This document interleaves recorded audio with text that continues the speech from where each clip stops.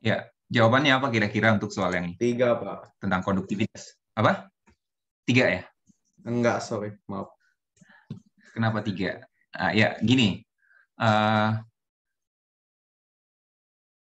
masalah aliran kalornya besar apa enggak atau daya kalornya besar apa enggak itu ditunjukkan dari persamaan ini.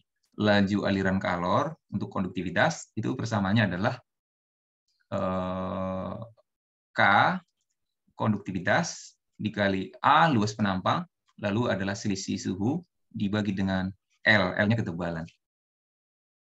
Nah, jadi kalau misalnya kita punya mobil ya gitu ya, lalu kaca mobil yang kita inginkan agar lebih adem gitu ya, yang mana kira-kira?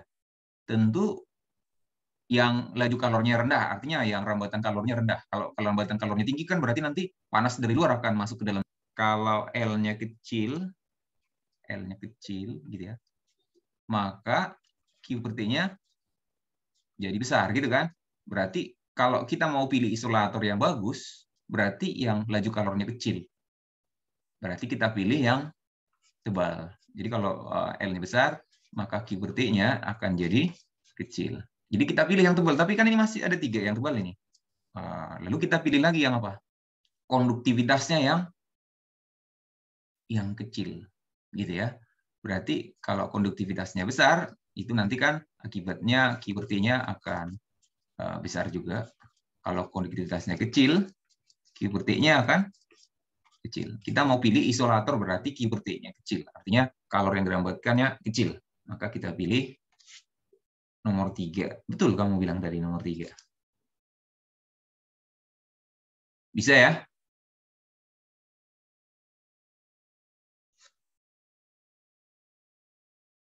Bisa, Kita lanjut. Soal berikut ini tentang kalor.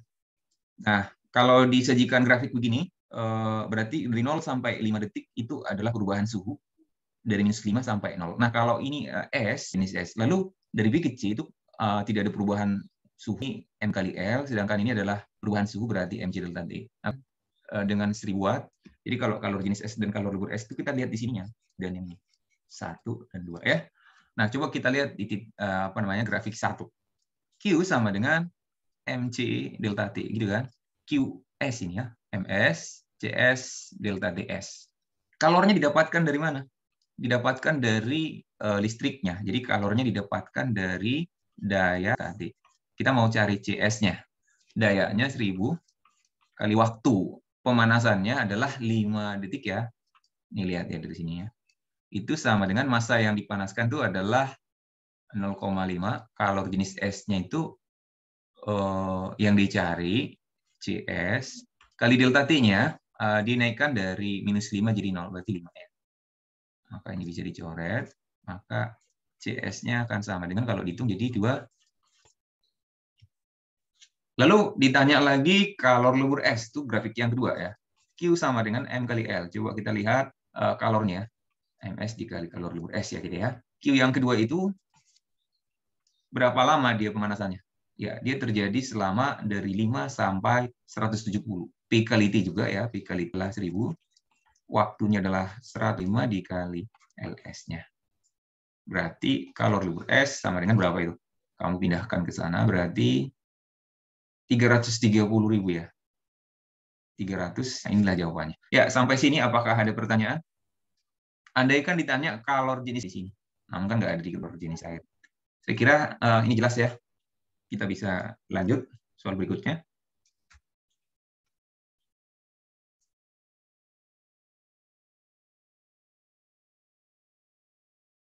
Maaf, Pak. Lupa nanya, Pak. Ya, kenapa? Itu Q kan V kali T kan, Pak. Itu kan Ya, ya. 1000 dikali 5. Hmm. Oh, nggak jadi. Maaf, maaf. Saya kurang mengerti di grafik ya. Nggak jadi, Pak. Sudah mengerti, Oh, maaf. udah ngerti sekarang ya?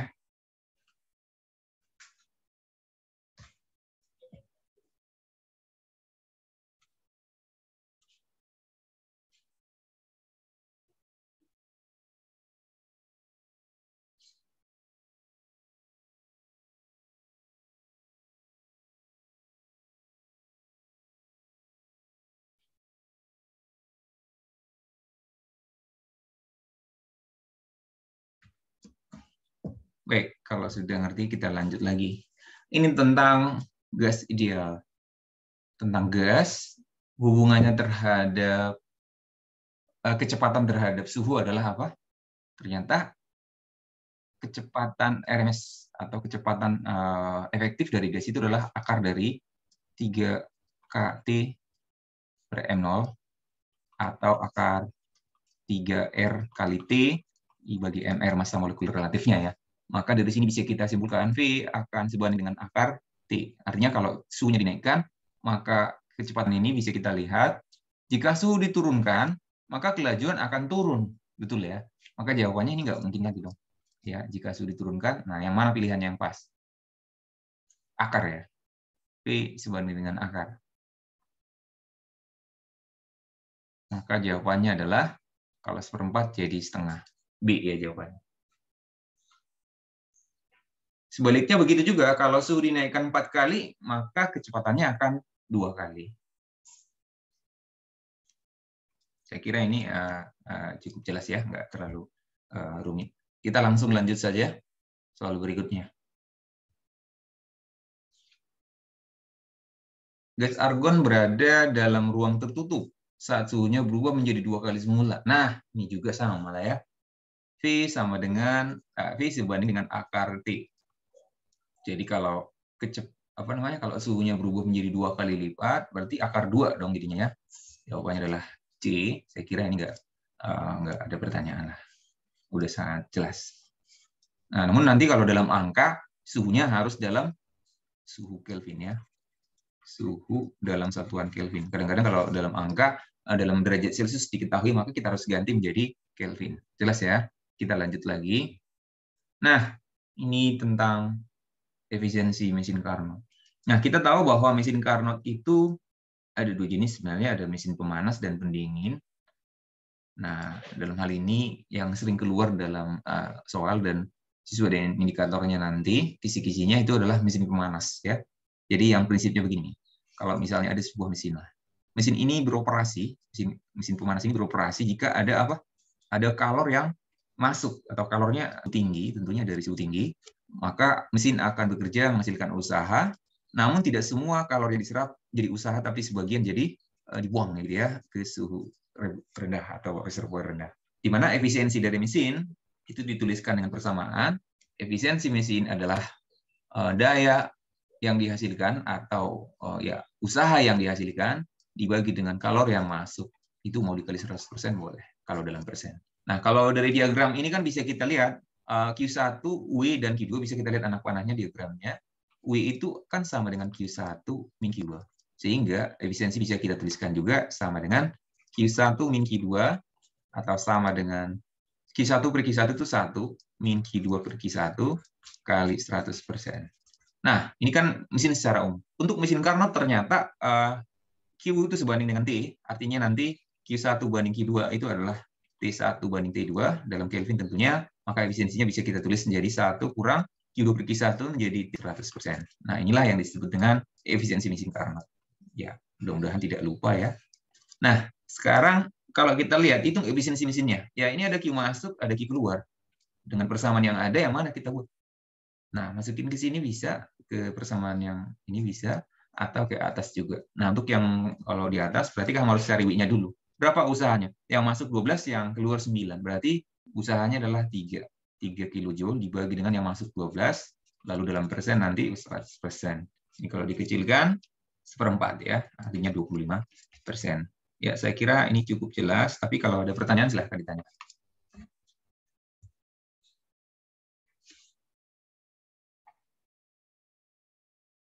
Bagaimana? Cukup jelas ya? Oke, kalau cukup jelas kita lanjutkan saja.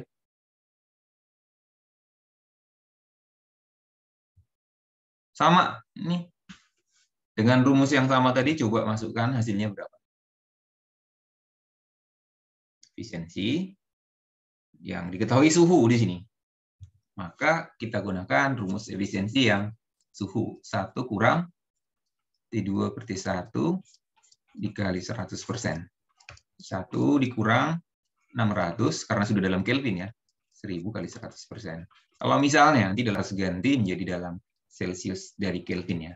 Nah, oke, hasilnya adalah 4/10 ya. Berarti 40%.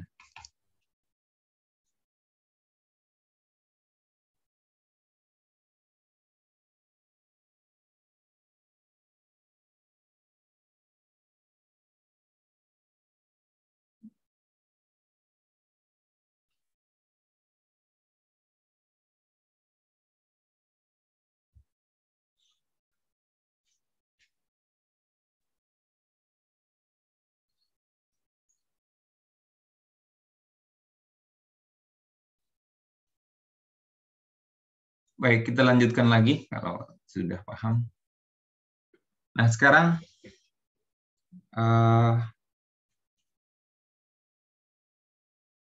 ada persamaan gelombang, diberikan persamaan gelombang Y sama dengan 0,02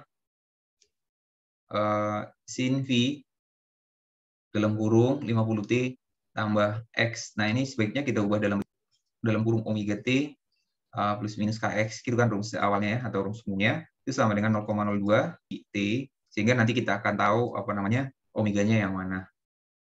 Tambah Vx. Maka dari sini bisa kita tahu, karena dia plus, sebetulnya dia, berarti nanti merambat pada sumbu X negatif ya. Merambat ke, ya gitu kan. Di sumbu X negatif, ya ke kiri gitu ya. Kalau nanti dia plus, kalau min ya ke kanan. Itu yang biasa kita pakai. Kemudian frekuensi akan dapat. Nah, dari sini omeganya bisa kita dapat. Omega adalah 2VF. Kita akan dapat frekuensinya dari sini. Omeganya 50V. Frekuensinya sebesar 5/2 ya. 25 Hz. Berarti betul. Panjang gelombang kita dapat dari K. K sama dengan 2V per lambda. Yaitu V ya. K adalah V, sehingga bisa kita dapatkan panjang gelombang, maka nanti lambdanya sama dengan 2. Nah, satuannya apa? Kita lihat dulu. Oh iya, dalam meter nih, maka itu 2 meter. Berarti ini benar juga. Cepat rambat gelombang, kita dapat dari rumus V sama dengan lambda kali F, 2 kali 25, itu akan sama dengan 50 M/S. Oh ya, ini juga betul juga. Terakhir kita mau uji 2 titik berjarak 50 meter sefase apa enggak? Nah, kita hitung pakai rumus beda fase. Ya, ada juga tulis min delta X, tapi saya lebih suka delta X yang namanya beda fasenya ya.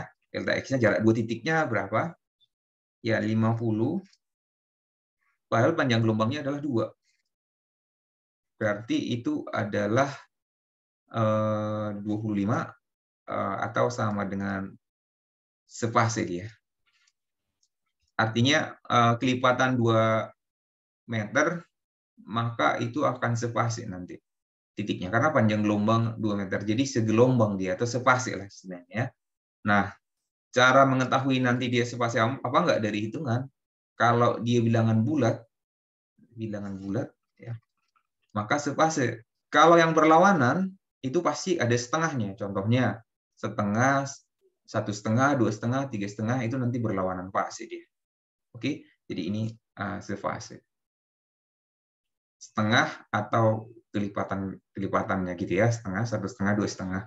Itu adalah berlawanan fase. Oke, jelas ya untuk yang gelombang ini?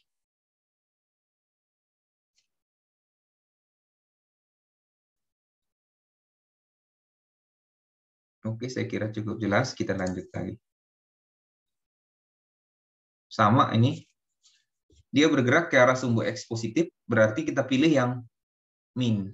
Ada kemungkinannya ini. Nah, berarti yang ini pasti salah. Karena bergerak ke sumbu X positif. Berarti itu ke kanan gitu ya. Lalu bermula dari titik 0 berarti amplitudo simpangan awal 0, berarti persamaannya pasti sudah Y sama dengan A sin omega T gitu ya. Min KX. Jadi nanti pasti persamaan Y sama dengan A sin omega T min KX. Amplitudonya ini 0,2. Ya, yang ada 0,25 udah pasti salah ya. 0,2 sin dalam kurung. Nah, omega itu adalah 2VF tadi ya. 2V dikali frekuensi, kita bentuk ya, 2V dikali frekuensinya adalah 25. Berarti itu 50 V. Nah, tulis ini 50 V T. Nah, ada 50 V T, sebetulnya jawabannya sudah pasti C ya gitu ya. Tanpa harus kita lanjut. Kalau dilanjut lagi nggak apa-apa, K sama dengan 2V per lambda. 2V per lambdanya bisa cari sebenarnya. V kan lambda kali F.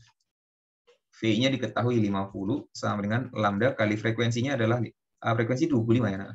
Maka panjang gelombangnya sebenarnya 2 meter ya. Sehingga bisa kita berdua ya. Itu sama dengan V.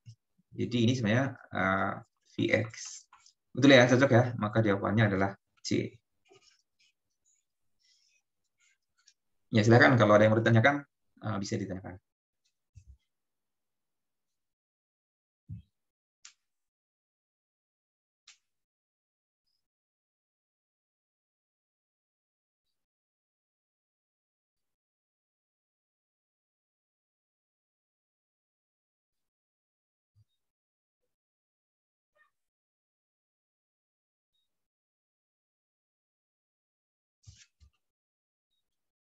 Baik, kalau tidak ada berarti jelas ya. Kita lanjut. Diketahui pipa organa tertutup mempunyai panjang 40 cm. Jika cepat rambat bunyi di udara 340 meter per detik, hitunglah frekuensi nada atas pertama. Hitunglah frekuensi nada atas pertama pipa organa tersebut.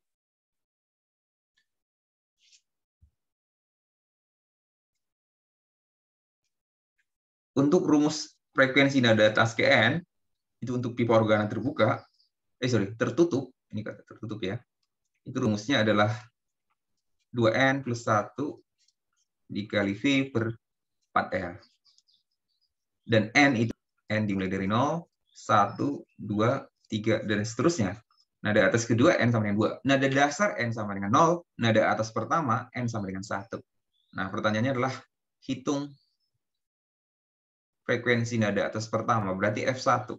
Kalau ditanya F1, itu jawabannya akan sama dengan 2 kali 1, 2, tambah 1, 3. Berarti 3V per 4L. Maka sama dengan 3 dikali V 340. Nah, ini karena nggak ada pilihannya, harus kita cari persisnya berapa. Kalau ada pilihannya, bisa kita perkirakan ya berapa ya. 3 kali 340 dibagi dengan 4, dibagi dengan 0,4 ya. Hasilnya 637,5. 637,5 Hz. Silakan kalau ada pertanyaan bisa ditanyakan. Ya, ini adalah rumus frekuensi nada atas Kn untuk pipa organa tertutup ya. Kalau terbuka bedanya apa nanti? Rumusnya itu N plus 1 kali V per 2L. Ini diganti aja. N plus 1 V per 2L itu adalah pipa organa terbuka dan pipa organa tertutup. Nah, ini beda sendiri.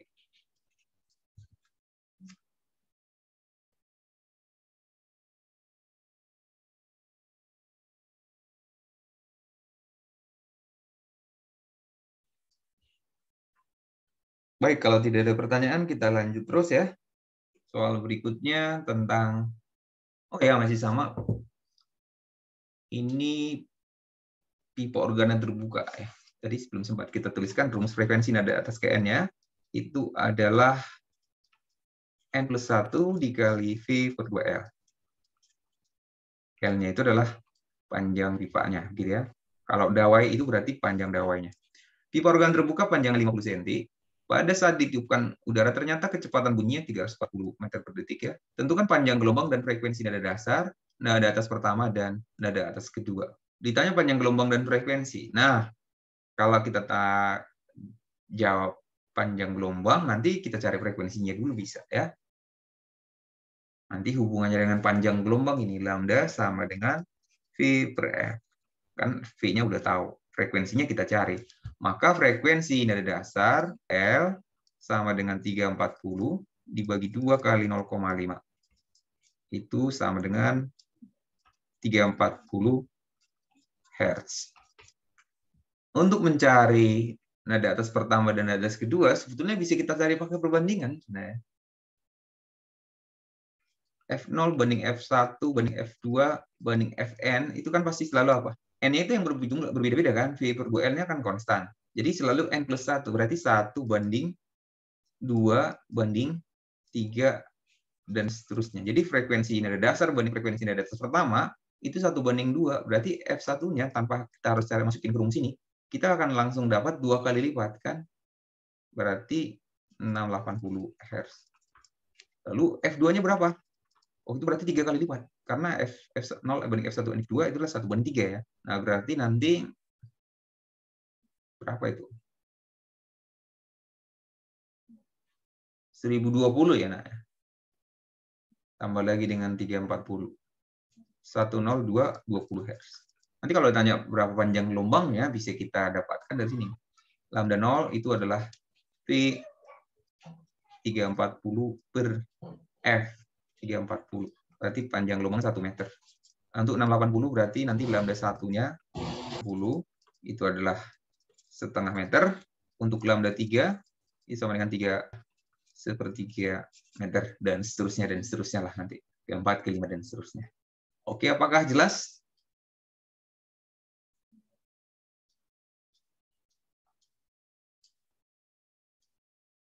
Jelas, Pak. Baik, kita lanjut lagi. Nanti kalau misalnya ada pertanyaan mau kembali dari yang kemarin itu, pertanyaan kemarin, kalau misalnya ada yang bingung lagi, bisa nanti ditanyakan lagi kalau masih ada waktu ya. Ya, sekarang efek Doppler. Untuk efek Doppler begini, selalulah kamu ingat bahwa nanti jika pendengar mendekati sumber, maka nanti simbolnya atau apa tandanya mendekati pendengar itu V sumbernya negatif. Itu kebalikannya. Kalau sumber menjauhi malah VS-nya positif, pendengarnya malah negatif. Dengan persamaan frekuensi yang didengarkan sama dengan V.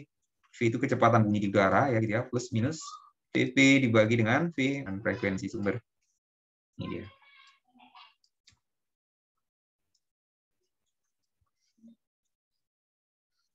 Jelas ya? Oke, kalau jelas coba kita masukin angka-angkanya. Kereta api dengan kelajuan 18 km per jam ini harus kita ganti nih. Berarti ini kan sama dengan 18.000 meter, ya dibagi dengan 1 jam itu adalah 3.600 second ya. Dicoret, hasilnya adalah 5 ya, nak. 5 ampere S. Itu kereta api, laju kereta apinya. Sambil membunyikan fluid. Nah, jadi ini berarti yang membunyikan fluid, berarti ini adalah V sumber. Besar frekuensi yang didengar seorang penumpang yang duduk di stasiun. Nah, pengamatnya duduk di stasiun, berarti VP-nya sama dengan 0. Menuju ya, kereta api bergerak menuju stasiun berarti mendekati. Nah, berarti tandanya nanti negatif ya. Berarti frekuensi yang kita dengarkan atau didengarkan oleh seorang yang penumpang yang mau naik itu ya, mau naik ke kereta api yang membunyikan sirene tadi itu adalah 340 karena dia diam dia tambah 0 atau kurang 0 sama aja ya. 340 karena dia mendekati kurang 5 gitu ya. Lalu dikali frekuensi sumbernya 670 ya. Oke, berarti 340 dibagi 33. Nah, hasilnya nih 2 berarti hasilnya adalah 680. Ini ada pilihannya 680D ya. Ya, ini adalah topik wajib lah dan harus wajib benar lah ya. Jangan sampai salah ini.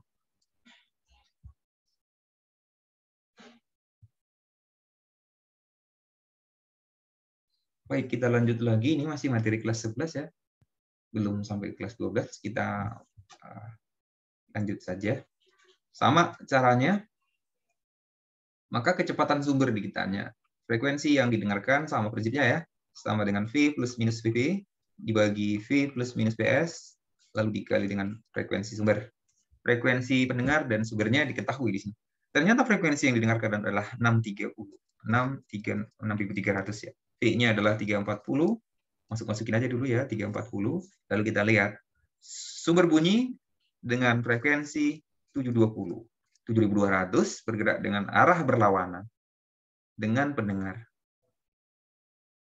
Ternyata frekuensi yang didengar adalah adalah 6. Turun nih frekuensi. Frekuensi yang didengarkan turun dan dia bergerak berlawanan. Ternyata itu bisa kita simpulkan dengan turunnya frekuensinya berarti dia sudah saling menjauh. Karena ada dua kemungkinan bergerak berlawanan arah kan bisa saling mendekat, bisa saling menjauh. Dalam hal ini kita pastikan dia saling menjauh karena frekuensi yang didengarkan sudah turun. Ya, bisa kelihatan ya dari sini. Jadi frekuensi yang didengarkan sudah lebih kecil daripada frekuensi aslinya. Maka itu saling menjauh. Maka kalau saling menjauh, maka di sini pendengarnya itu bergerak menjauh, berarti itu minus. Pendengar yang bergerak dengan kelajuan 25 ya. Lalu kalau di sini adalah plus karena dia bergerak menjauhi juga. Kalau menjauhi sumbernya itu plus malah. Ini dikecilkan bisa ya. Sama-sama 900 ya. 9 kali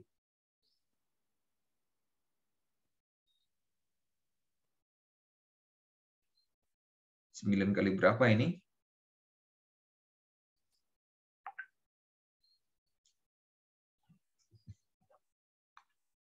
Berapa, Nak?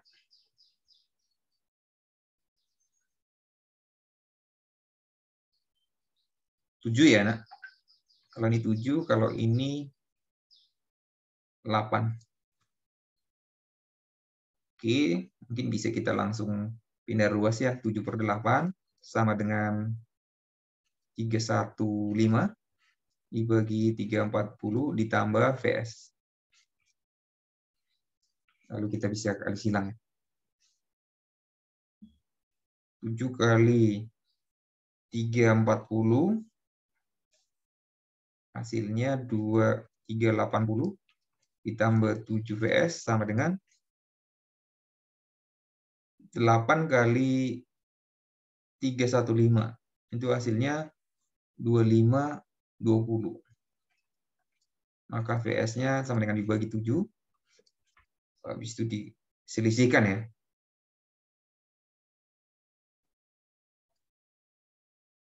140.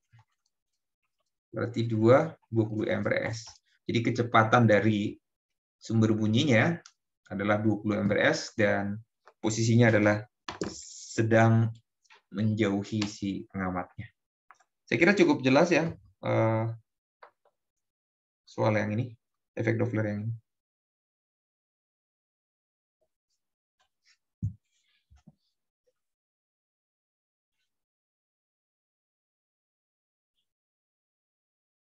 Baik, soal berikutnya kita lanjutkan teropong bintang. Ya, di pembahasan sebelumnya saya sudah menjelaskan bahwa nanti untuk perbesaran dan panjang teropong untuk teropong bintang itu untuk D sama dengan FOB tambah SOK, sedangkan perbesarannya adalah FOB per SOK. Nah, inilah rumusnya. Lalu untuk pengamatan akomodasi dan tanpa akomodasi, nah coba kita lihat untuk akomodasi. Bayangan benda, bayangan akhir ya, S aksen OK ditempatkan pada titik dekat mata tersebut. Dan karena bayangannya adalah maya, maka minus ya gitu ya. S aksen OK sama dengan min PB. Nah, untuk normalnya, PP-nya adalah 25 cm. Sehingga bisa kita dapat S aksen OK nanti dengan pakai rumus apa?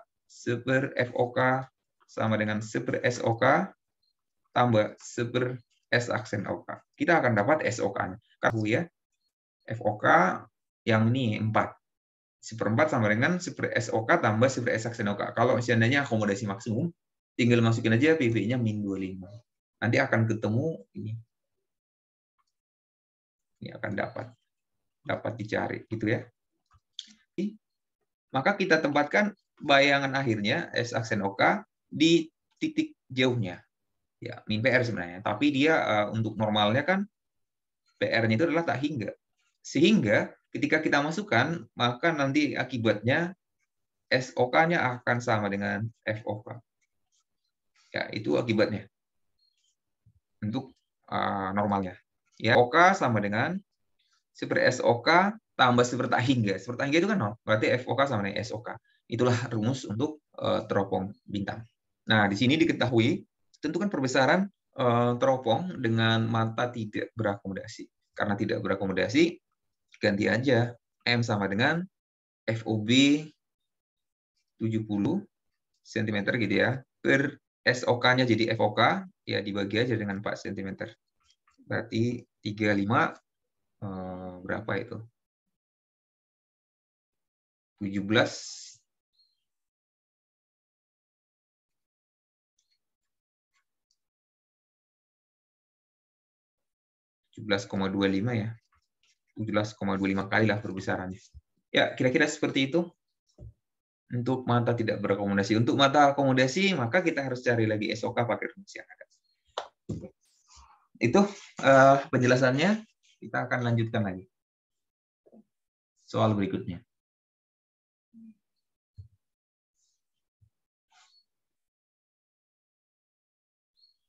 Ini teropong bintang juga. Nah, dari soal-soal ini berarti semua yang keluar paling nanti ya.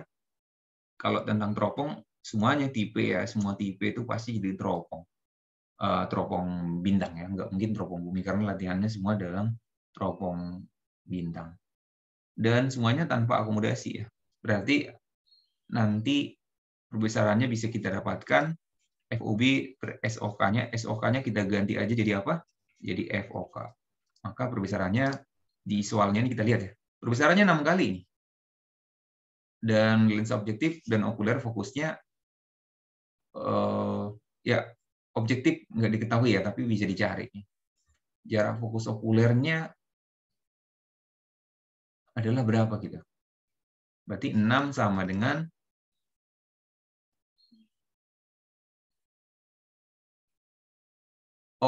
jarak lensa objektif terhadap lensa okuler yang diketahui ini. Ternyata diketahui D-nya. D sama dengan FOB tambah FOK ya. Diketahui 35 gitu ya. FOB nggak tahu, FOK-nya juga nggak tahu. Tapi bisa kita dapatkan ini FOB per FOK. Berarti kita harus substitusi ya. Substitusi aja. Ada di sini. FOB-nya ternyata itu 6 FOK. Pertanyaannya FOK berapa ya? Kita ganti aja jadi substitusi ya FOB-nya. Maka 7 FOK. FOK akan sama dengan 5 cm. Nah, jadi kalau dijumlah 5 tambah 30 berarti FOB-nya benar-benar 30 ya. 6 kali 5 ya 30. Jadi kalau dicek jawabannya sama sesuai ya. Ini 5 cm. 6 kali 5 30, 30 tambah 5 35. Jadi jawabannya adalah FOK-nya adalah 5.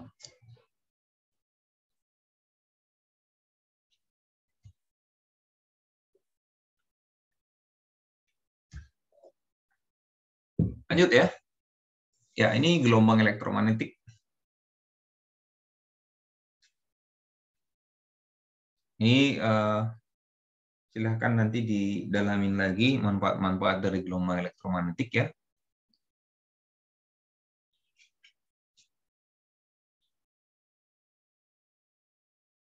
Kalau kegunaan sinar X, biasanya itu digunakan untuk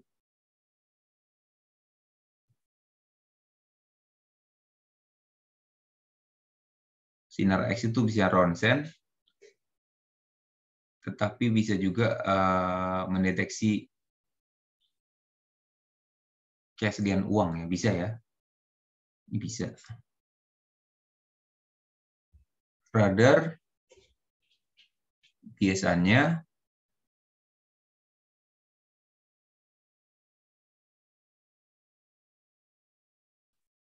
menentukan posisi keberadaan pesawat radar ya. Atau selain radar itu gelombang mikro sebenarnya. Kemudian sinar ultraviolet ya.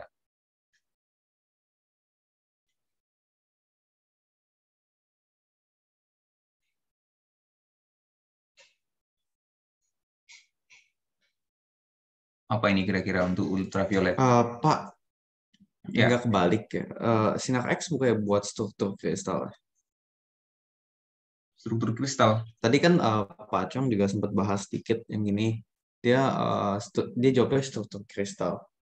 Sama radar udah benar, sorry. Ini kalau Ultraviolet itu buat ini yang fotosintesis ya.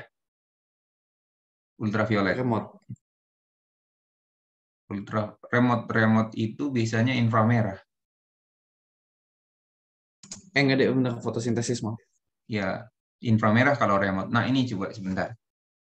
Sinar X itu selain itu sebetulnya bisa digunakan untuk mendeteksi barang. Kalau misalnya apa namanya di bandara, untuk keamanan bandara ya, biasanya digunakan juga sinar X. Coba dicek lagi supaya lebih pas nanti.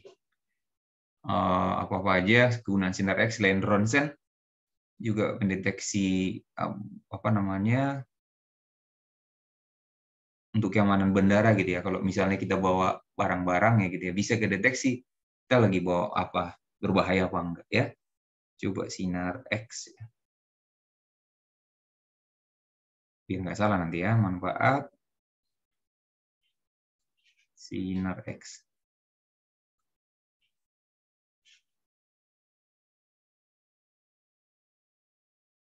Mendeteksi keaslian uang itu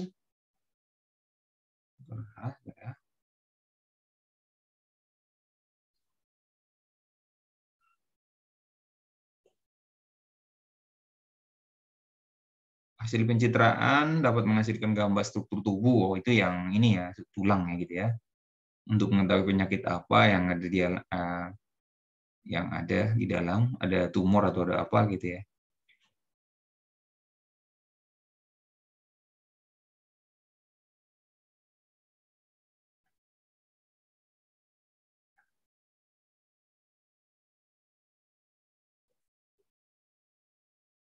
CT scan.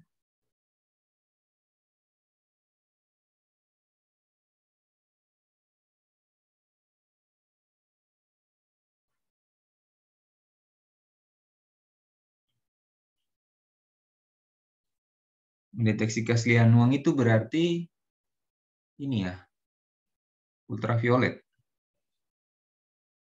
Iya, kayaknya ultraviolet ya. Nah, sebentar. Kita pastikan dulu apakah bisa menganalisis struktur kristal.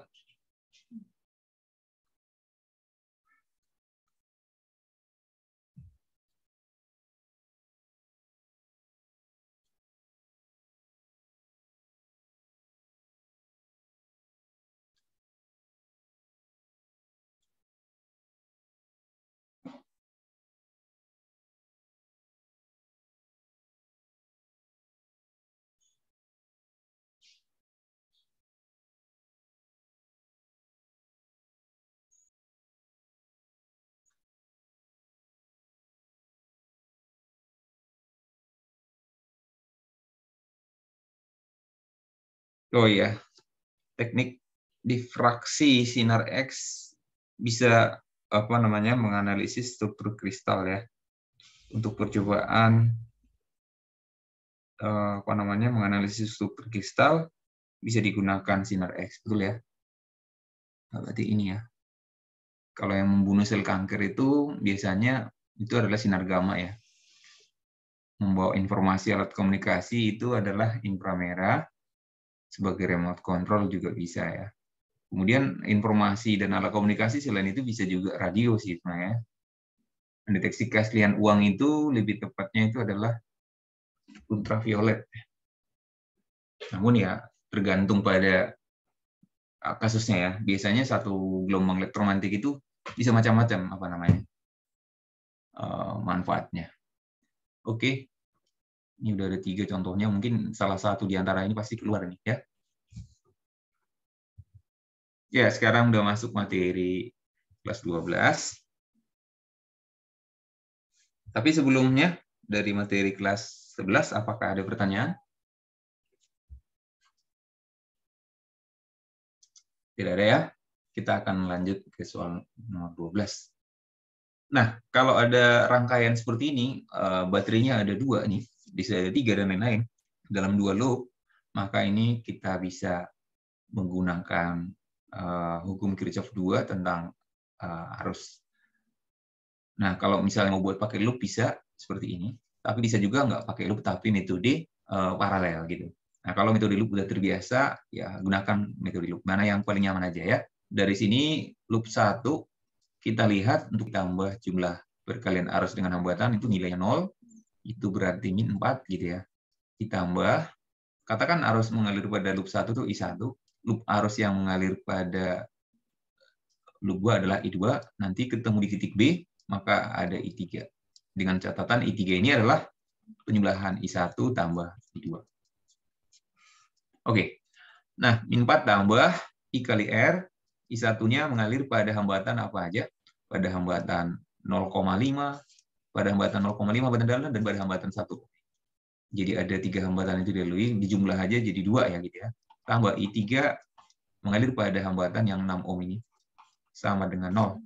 Maka ini I3 ini dipecah menjadi 2I1 tambah 6, I1 tambah I2 sama dengan 4 gitu ya.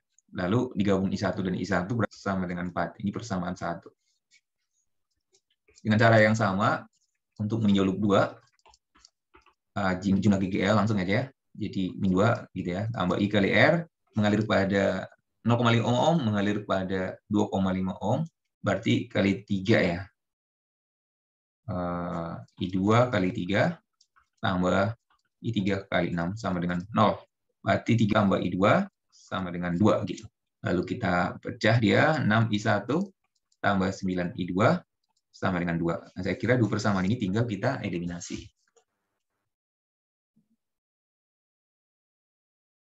Mungkin bisa dikecilkan ya. Kalau dikecilkan sama-sama dibagi 2 bisa ya.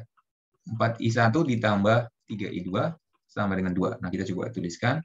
4I1 tambah 3I2 sama dengan 2, 1 sama dengan 2. Nah, sepertinya yang atas ini harus dikali 3 ya. Ini dikali 1, hasilnya menjadi, kalau dikali 3, 12I1 ditambah 9I2 sama dengan 6. 6I1 ditambah, dikurang, hasilnya adalah 6I1 sama dengan 6. 4 ya. Maka I1 sama dengan 2/3 ampere. Itu kan harus yang mengalir pada hambatan 1 ohm, 2,5 ohm, dan 6 ohm. Berarti itu yang mengalir pada 1 ohm itu 2/3. Yang pada 2,5 ohm itu adalah I2, dan pada 6 ohm itu adalah I3. Serta tentukan juga beda potensial titik AB, VAB. Nah, kita harus cari dulu I2 dan I3. Nah, mencari I2 dan I3 tinggal eliminasi ya, sebetulnya, atau substitusi, intinya masukin aja. Mungkin kita bisa masukin ke sini biar lebih cepat. Berarti 4 dikali 2/3 tambah 3I2 sama dengan 2 gitu ya. Maka 3I2 sama dengan, ini kan 8/3 ya. Ini 6/3.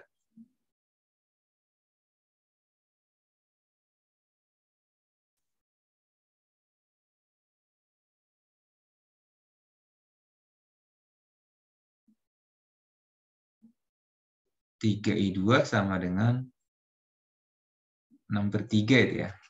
Dikurang 8/3.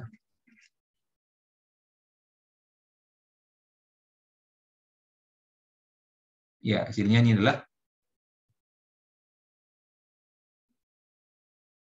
6,8 min 2/3 ya. Berarti arahnya kebalik ya. Berarti bisa kita katakan I3-nya jadi 0. Betul nggak itu ya? Bisa dicek ya. 0,512 dari persamaannya min 4, 2I1 tambah 6I3, ini pindah ruas. 8I1, 6I2 sama dengan 4. 4I1 tambah 3I2, ya.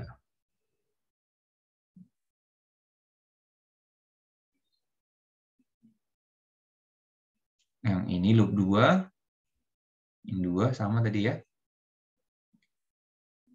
3I2 tambah 6I1, 6I3, I3 dipecah, 3I2. Maka 6I1 tambah 9I2, sama dengan ini.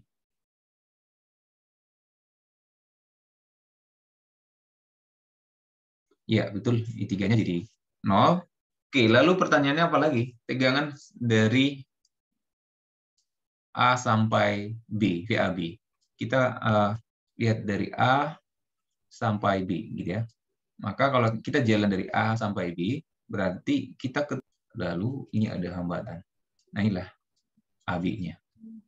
Lalu arus mengalir ke sana tadi, maka VAB itu minus 4 volt ditambah arusnya 2/3 dikali R-nya, R-nya ada 2 ya, 1 ohm dan 0,5, berarti 1,5. Ini berarti sama dengan min 3 volt. Ya, tegangan dari A ke B itu adalah min 3 volt, tapi kalau tegangan dari B ke A itu 3 volt. Min itu harus tetap kita buat supaya tahu yang mana yang lebih tinggi bude potensialnya. Ya. Kira-kira seperti itu jawabannya. Apakah ada pertanyaan dari soal yang ini?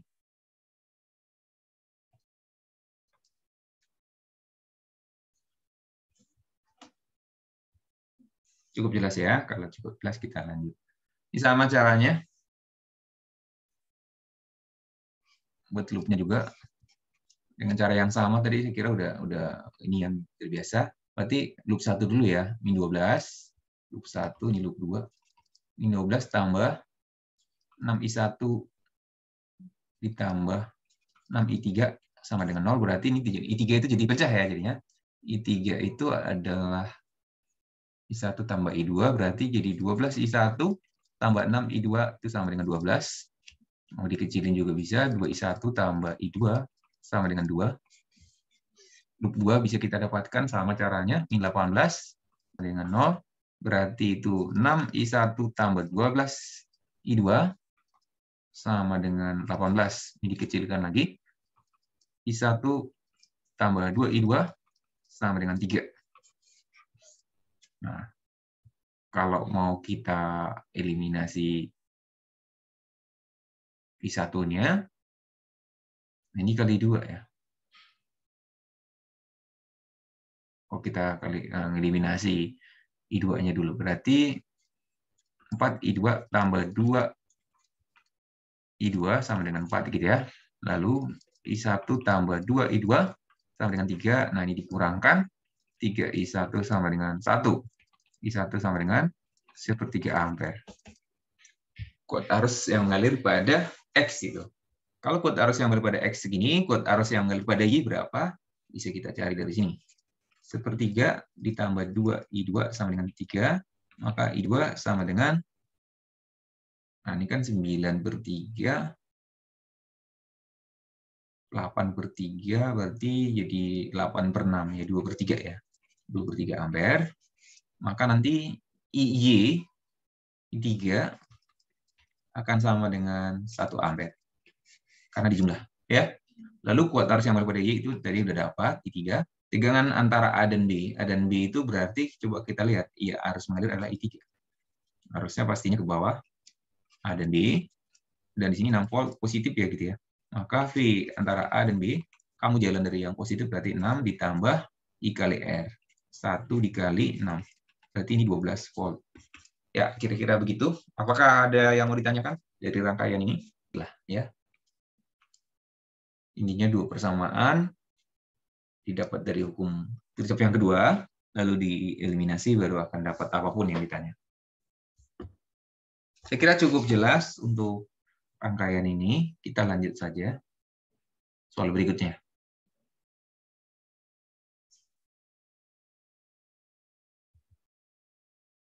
Tentukan besar kuat arus yang terbaca pada ampermeter dan voltmeter.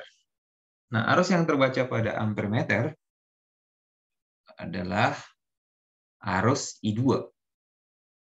Arus yang terbaca pada tegangan yang terbaca pada voltmeter adalah tegangan pada hambatan ini.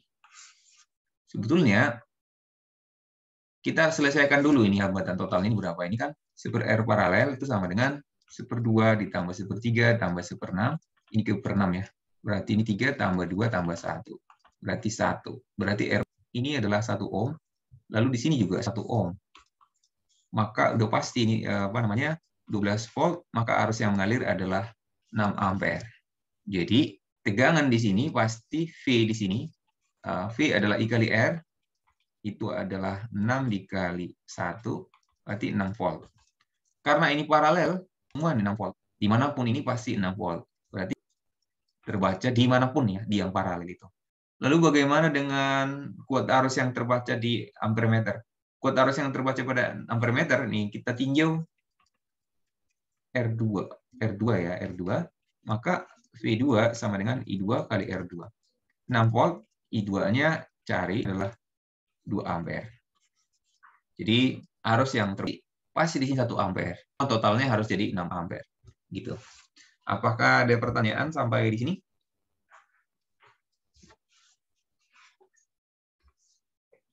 Kalau tidak ada, kita lanjutkan. Itu V-nya 6 volt itu dari mana, Pak? V I kali R. I-nya bukannya 3. R-nya 2. Oh ya, R-nya 2, maaf. R-nya 2. Ini kan seri dia nanti. Jadi arus totalnya jadi 6 ampere. Di sini 6 ampere pasti ya, di sini juga pasti 6 ampere. Semuanya pasti 6 ampere kan? 6 kali 1, 6. Jadi di sini 6 volt. Lalu di sini berapa volt? Jadi semua ini 6 volt ini. 6 volt, 6 volt, 6 volt. Kenapa? Karena paralel. Untuk paralel itu tegangannya sama. Dari situlah dasarnya kita bisa mengetahui arus di sini. Arus dimanapun. Lalu kalau paralel, A2 tambah I3 itu harus sama dengan I total. Di sini ternyata 2 ampere. Di sini ternyata 1 ampere. Tetap pas 6.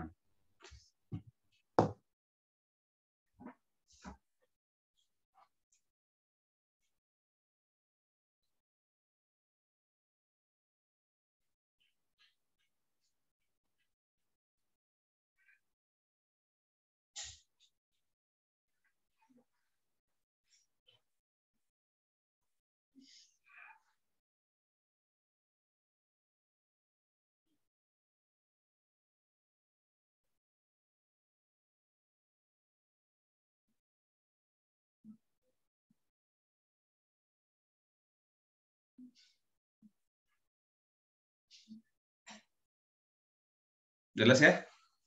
Biar kita bisa lanjut lagi. Oke, di sini bandingkan besar resultan gaya yang dialami muatan B saat eksperimen 1 dan 2. Nah, kalau ada soal begini, bandingkan besar resultan gaya di muatan B saat eksperimen 1 dan 2. Oh iya, untuk 1 berapa, untuk 2 berapa gitu. Nah, ini panjang nih ceritanya. Gambar 1 kita hitung, gambar 2 kita hitung kalau begitu.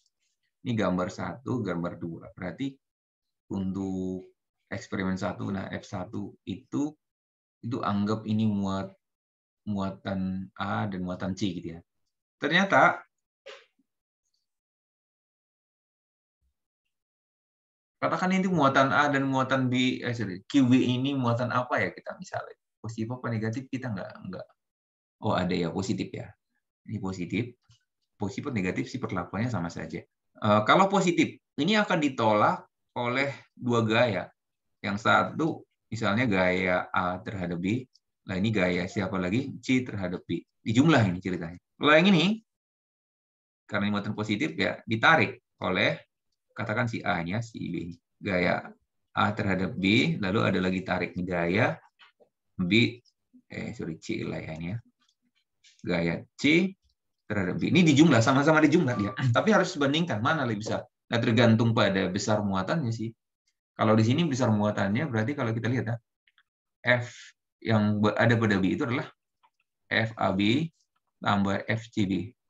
Kalau kita hitung, K 2Q dikali QB gitu ya, dibagi D gitu ya, kuadrat, ditambah K dikali 2Q juga, kali QB gitu ya, dibagi dengan 4D kuadrat, karena jaraknya juga gitu ya.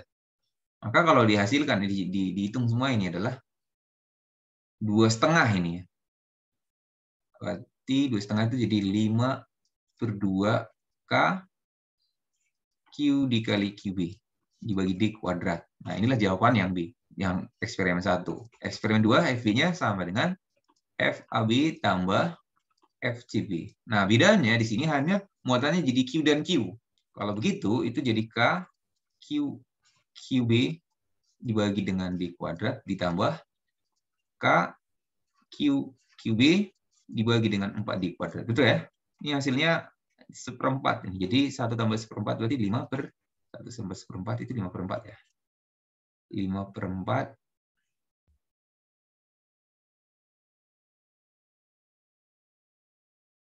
betul ya, Nak ya? 5/4 kayak gitu ya. Kalau ini 2 tambah setengah, 2 setengah. Ini kalau ini 1 tambah 1/4. 1 tambah 1 1/4, 5/4 ya. 5/4 Q kali QB gitu ya. Dibagi ya ini. Nah, berarti perbandingan 5/2 per 5/4. Berarti itu adalah 2/1 ya jawabannya.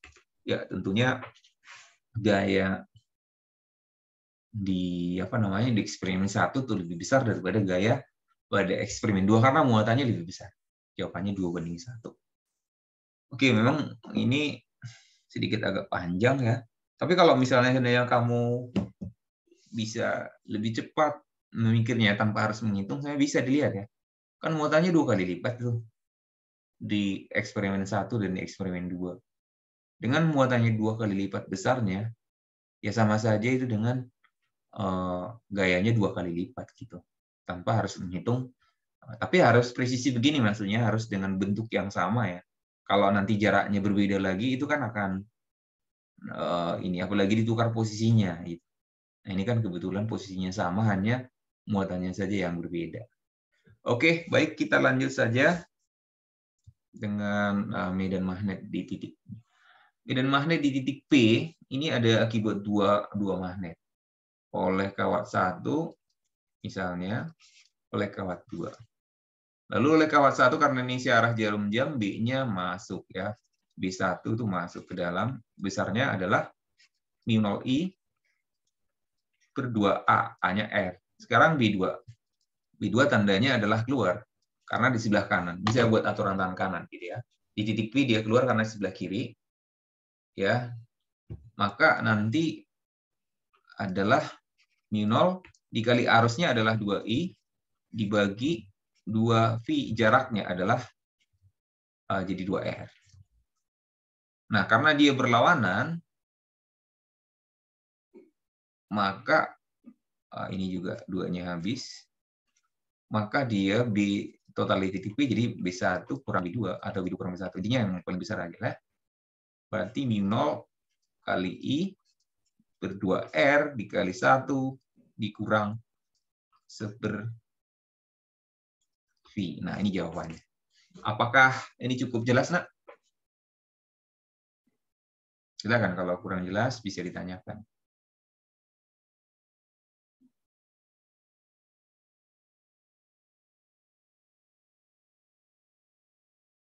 Kira cukup jelas, ya kita lanjut lagi.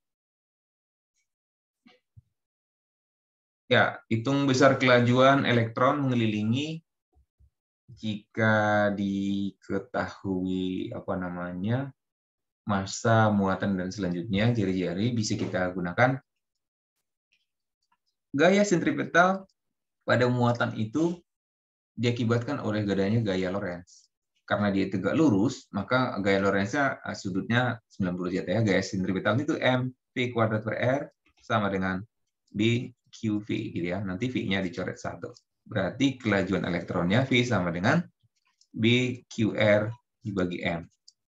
Nah, tinggal masukin aja semuanya. Saya kira angka-angkanya ada ya, b ada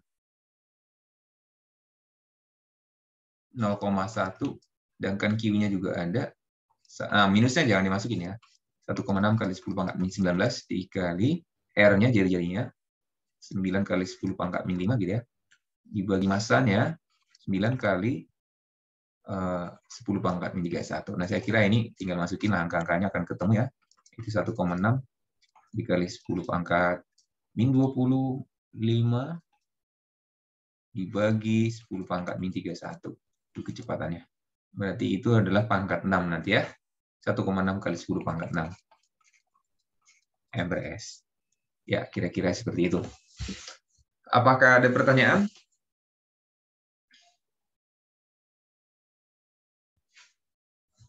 Kalau tidak ada, kita lanjut lagi. Sama ini. Oh ya, bukan sama. Ini mirip dengan yang tadi, tapi ini ngomongnya tentang GGL. Gaya gerak listrik kalau ada apa namanya GGL seperti ini,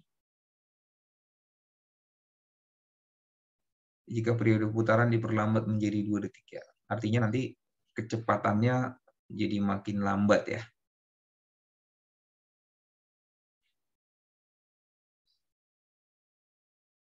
Nah, untuk apa namanya GGL yang dihasilkan berapa volt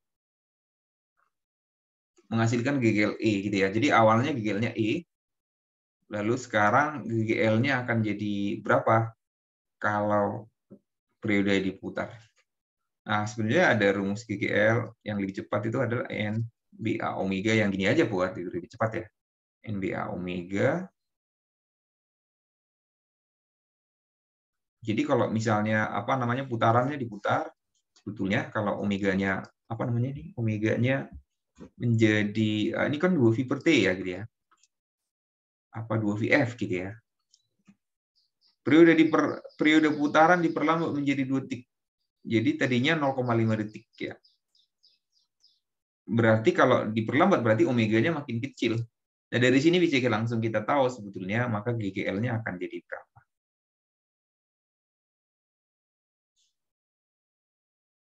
Jelas kan? Nah?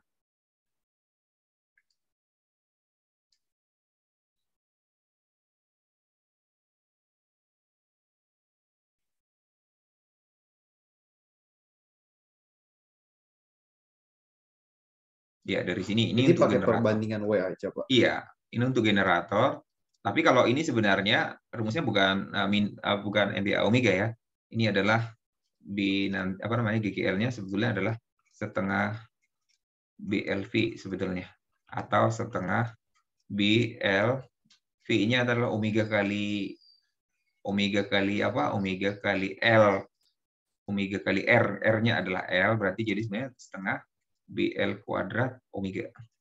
Nah, ya ini untuk generator. Tapi prinsipnya sama. Intinya sebanding dengan omega. Ya kan? Kalau omeganya di apa ini? Dibandingkan ya. Dari 0,5 menjadi 2 detik ya. Jadi omeganya turun seperempat lah ya gitu ya. Periodenya kan naik 4 kali lipat, maka omeganya turun. Berarti GGL-nya akan jadi seperempat. Gitu ya. Tanpa kita harus cari ini ada apa namanya L-nya apa segala macam. Kecuali betul-betul diminta dalam sekian. Tapi karena ini menghasilkan GGL sebesar E volt gitu kan. Jadi dalam E aja. Kalau mau hitung benar-benar ya masukin aja ke rumus yang ini. Apakah jelas ini? Nah, pakai perbandingan aja betul yang tadi. Jadi untuk batang yang diputar, ini rumusnya setengah BL omega kuadrat omega atau BL setengah BLV ya. Tapi kalau untuk generator yang biasa kumparan diputar itu NBA omega. Sebetulnya ini nilai maksimum sih sebenarnya. Kalau mau dipanjangkan lagi adalah GGL sebenarnya adalah NBA omega sin omega T. Ya, kira-kira begitu. Oke, saya kira ini cukup jelas. Saya tinggal masukin aja pakai perbandingan karena 2V per T. Berarti kalau periode makin besar itu kecepatan makin kecil, maka GGL juga akan semakin kecil. Oke, kira-kira itu kita akan lanjut. Karena nggak ada pilihannya, kita nggak tahu apa sebenarnya dalam. Travodaya, sebuah amplifier digunakan untuk menurunkan tegangan dari 200 jadi 20. Ini sebetulnya faktanya ini kalau sampai nanti trafonya mengalir 20 ampere ini berarti udah gede banget. Ya, tapi ya namanya juga soal ya. Arus yang mengalir dari trafo menuju amplifier 20 ampere sudah besar banget ya. Efisiensinya diketahui, hitunglah daya input lalu arus inputnya. Ya, efisiensi itu bisa daya dikali 100%. Nah, ini rumus efisiensinya. Ya, daya itu rumusnya kan sama dengan V kali I. Kalau daya input berarti V input dikali ini. V input itu adalah primer. Primer, I primer. Daya input menurunkan tegangan dari 200 menjadi 20. Trafo menuju amplifier 20 ampere. Berarti ini P out-nya yang di V sekunder yang bisa kita dapat ya. V sekunder LI sekunder. V sekundernya adalah V sekunder jadi 20 ya tadi. Dari I sekundernya juga 20. Ini hasilnya jadi 400 watt. Lalu bisa kita dapat juga daya inputnya dari efisiensi ini. Coba efisiensi rumusnya kan 80%. 80 per 100 sama dengan P outputnya PS ya. PS P primer. P primer. P primernya sama dengan 400 per 0,8 itu adalah 500 watt. Nah, udah ada semua ini ya. Arus inputnya juga akan dapat. PV sama dengan, ya kita tinggal masuk ke sini lagi. 500 sama dengan 200 kali I primer. Nah, I primernya akan sama. Ini dapat arus inputnya, daya outputnya, daya inputnya yang ini. Tapi kita harus tahu dulu daya ini supaya dapat angka-angkanya.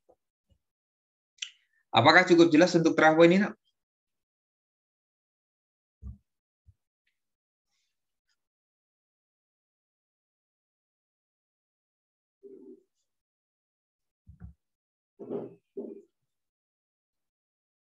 Oke, jelas ya? Kita akan langsung lagi ke rangkaian RLC. Untuk rangkaian RLC, ini 24, R-nya. Kalau saya prediksi, dari sini, ini 240 tuh pasti di sini jawabannya, nggak mungkin yang lain. Lo kok bisa, Pak, dapatnya segitu? Karena pasti triple Pitagoras ya. 7, 24, 25, kan gitu kan. Pasangan 24 berapa lagi antaranya ini kan? Kan nggak mungkin. Resistornya aja 240. Baru impedansi lebih kecil dari resistor, nggak mungkin. Karena Z sama dengan apa? Akar dari, ya kalau tambah XL min XC kuadrat. XL min XC kuadrat itu tidak mungkin membuat makin kecil nilai Z kan gitu. Namun kalau misalnya kamu mau lebih pasti, XL itu kita ganti aja jadi omega kali L sih. XL omeganya adalah ya yang dari sini nih omega ya. Ini omega yaitu 100 dikali L-nya 0,3. Itu hasilnya adalah 30 ohm. Itu adalah per 100 kali C-nya itu kita lihat nih 100. Berarti kali, makanya XL dan XC-nya pasti XL min XC-nya adalah harga mutlak karena dikuadratin itu hasilnya adalah 70 ya. 70 ohm. Nah, kan 72425 kan betul lah hasilnya segini. Ya, itu trik cepatnya ya kalau misalnya kamu udah paham dan bisa lihat angkanya daripada capek ngerjainnya kan ya. Biar hemat energi ya gitu ya. Maka gunakan trik seperti itu. Itu pun kalau pilihannya begini ya. Kalau pilihannya ada yang triple Pitagoras yang lain ya tetap harus kita hitung lah. Baik, kita lanjutkan lagi soal berikutnya. Tadi kenapa bisa langsung 250? Maaf tadi. Ini nih, lihatnya. Kan R-nya berapa? 240 kan? Kan nggak mungkin nilai Z. Z itu pasti lebih besar sama dengan R. Ya kan? Mungkin nggak nilai Z-nya lebih kecil dari R? Kayaknya nggak mungkin. Kenapa nggak mungkin?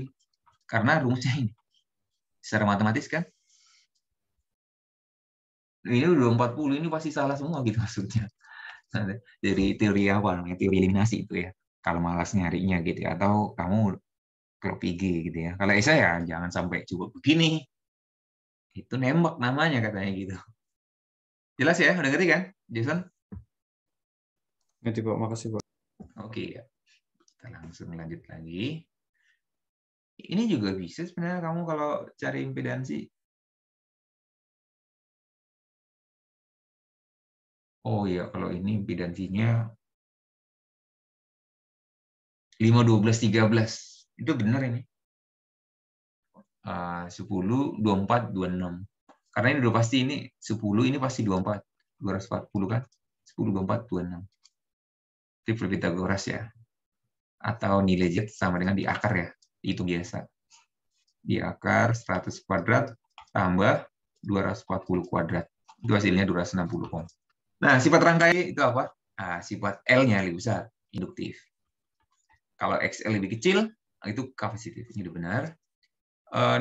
Nilai tegangan RMS induktor lebih kecil dari nilai tegangan efektif, maksudnya resistor. Nah, kita lihat dari rumus ini, V resistor ya itu pasti I dikali R, sedangkan V induktor adalah I dikali XL. Nah, karena I-nya sama, kenapa I-nya sama? Karena seri. Maka karena XL lebih besar daripada R, maka udah pasti VL lebih besar daripada VR. Salah dong ya. Induktor tegangannya lebih besar daripada resistor karena XL lebih besar. Gitu.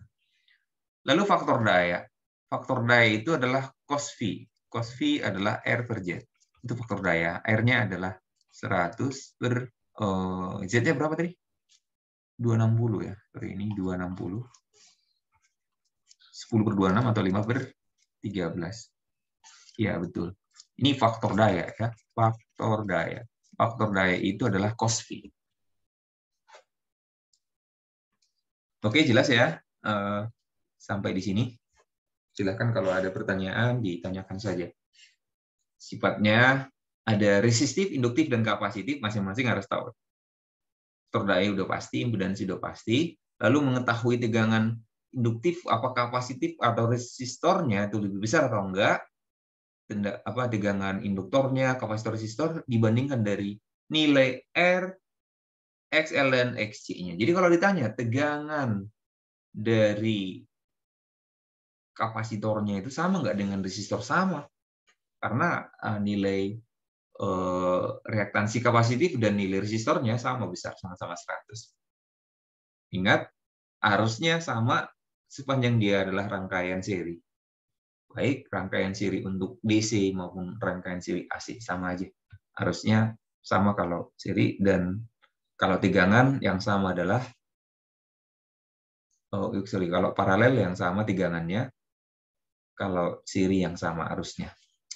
Ya, itu penjelasannya. Tegangan RMS itu apa ya? Tegangan RMS itu tegangan efektif, V efektif. V efektif itu sama dengan, kalau diketahui V maksimum, V maksimum berakar 2 gitu. Sama dengan I efektif dikali Z gitu. Kalau V efektifnya si R berarti kali R gitu. Nah, nilai RMS itu efektif. Istilah dalam bahasa Indonesia V efektif sebetulnya itu adalah root mean square sebetulnya. Tegangan kuadrat akar rata-rata ya, rata-rata kuadrat akar. Nah, seperti gini, kecepatan efektif gas, gitu. Kecepatan efektif gas sama dengan kecepatan RMS-nya. Namun di Indonesia sering disebut tegangan rata-rata. Sebetulnya bukan tegangan rata-rata. Efektif ya, berbeda. RMS ya, root mean square. Jelas ya?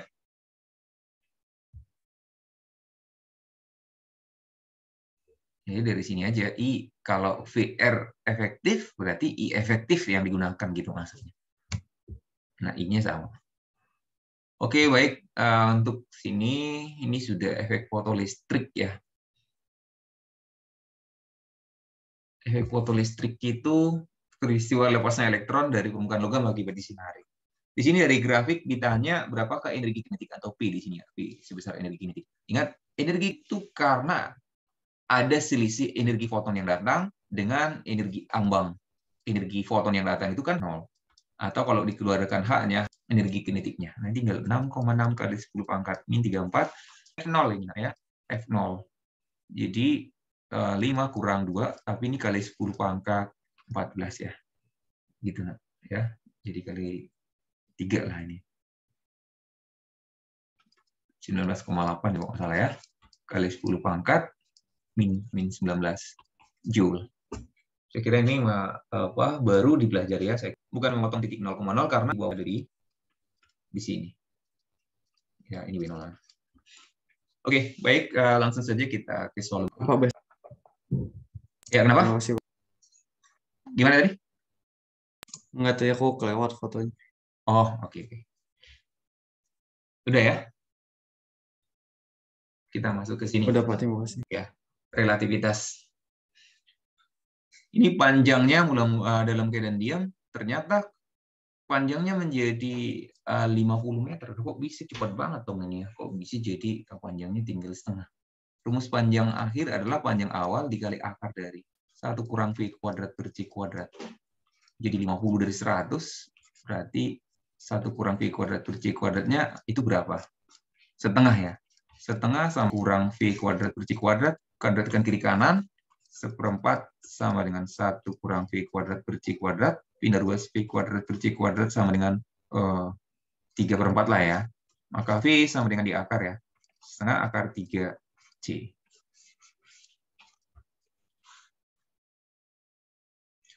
Sebetulnya ada cara cepat nih kalau kalian malas ngitung gitu ya. Jadi kalau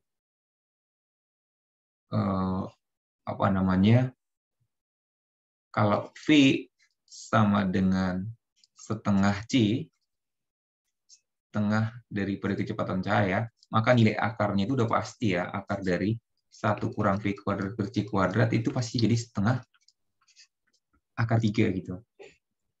Nilainya gitu ya. Tapi kalau V-nya sama dengan setengah akar 3C per C kuadratnya, malah jadi dibalik, jadi setengah. Nilai kalau dikuadratkan ya. Tapi sebenarnya nggak lama kok kuadratkan itu. Kalau V sama dengan 0,6C, maka nilai akar dari 1 kurang V kuadrat per C kuadrat itu pasti 0,8. Jadi akhirnya nanti ada yang bilang nih, oh ya triple Pythagoras juga ya, digambar segitiga sama aja. Kalau V 0,8 malah jadi 0,6.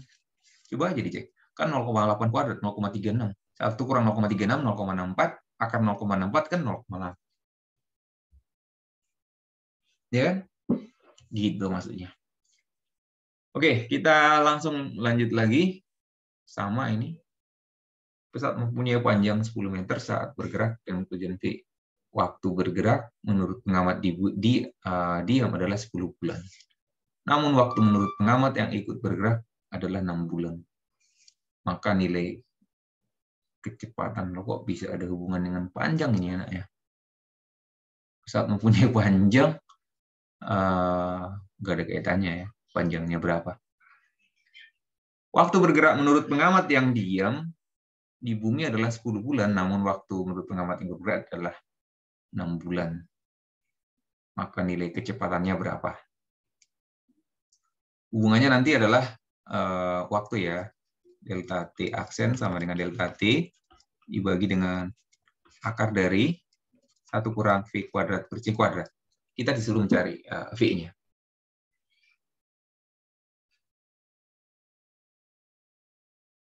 Bisa ya, dapatnya berapa? Pengamat diam di bumi mengamati 10. Namun waktu pengamat yang ikut bergerak, dia ikut bergerak adalah 6 bulan. Jadi sebetulnya yang dianggap waktu diam itu adalah delta T-nya itu adalah yang 6 ini. Karena itu yang dianggap diam terhadap waktu. Karena yang dia mati itu adalah waktu sedang dalam perjalanan gitu. Sebetulnya yang delta T-nya adalah 6. Jadi delta T aksennya 10 sama dengan 6 dibagi dengan akar dari 1 kurang V kuadrat per C kuadrat. Maka hasilnya adalah akar dari 1 kurang V kuadrat per C kuadrat sama dengan 0,6 itu ya. Nah, sebenarnya kalau ini 0,6 udah pasti V-nya jadi apa? 0,8. Nah, ini yang tadi saya bilang tadi. Kalau kita malas, bisa dihafalin dari sini. Ya kan? Kalau akarnya 0,6 itu pasti 0,8 gitu. Gimana? Bisa nggak dipahami? Nah?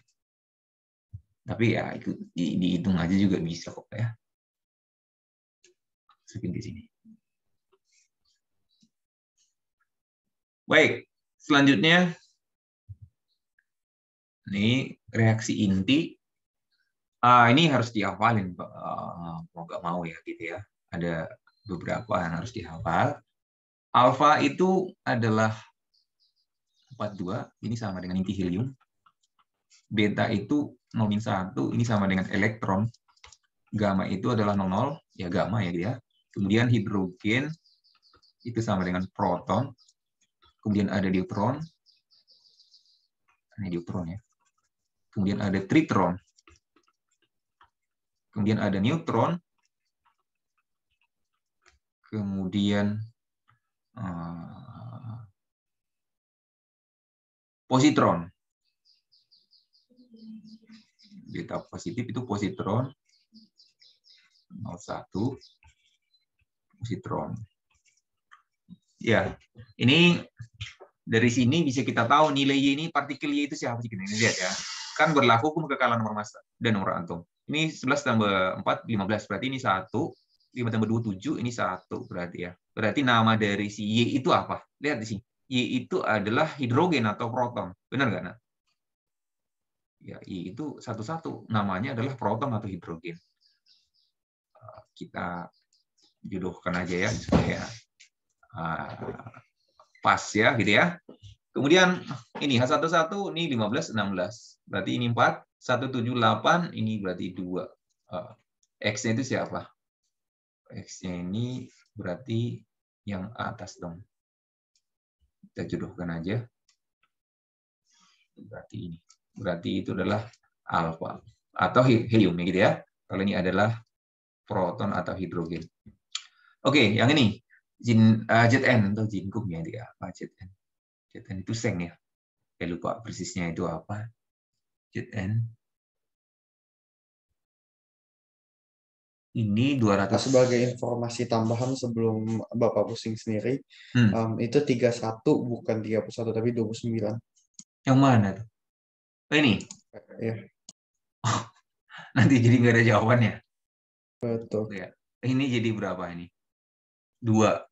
Oh iya benar. Kalau nggak dikasih tahu pusing saya nih. 30 sama 31 kan itu kan -1. Mana ada gitu ya? Benar nih. Iya, Pak. Ya, pusing benar-benar. Ini tadi udah dibahas ini ya. Ya, udah dibahas. diralat ya. 30 sama 29. Kalau iya benar nih, kalau 30 sama 29 berarti ini 1. 21 tuh 21 yang ini neutron. Nah, ini ada pilihannya. Kalau nggak ada pilihannya, tuliskan neutron namanya ya. Oke. Saya kira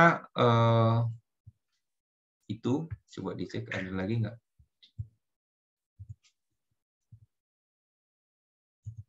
Oke, sudah habis pembahasannya. Saya tutup dulu rekamannya ya.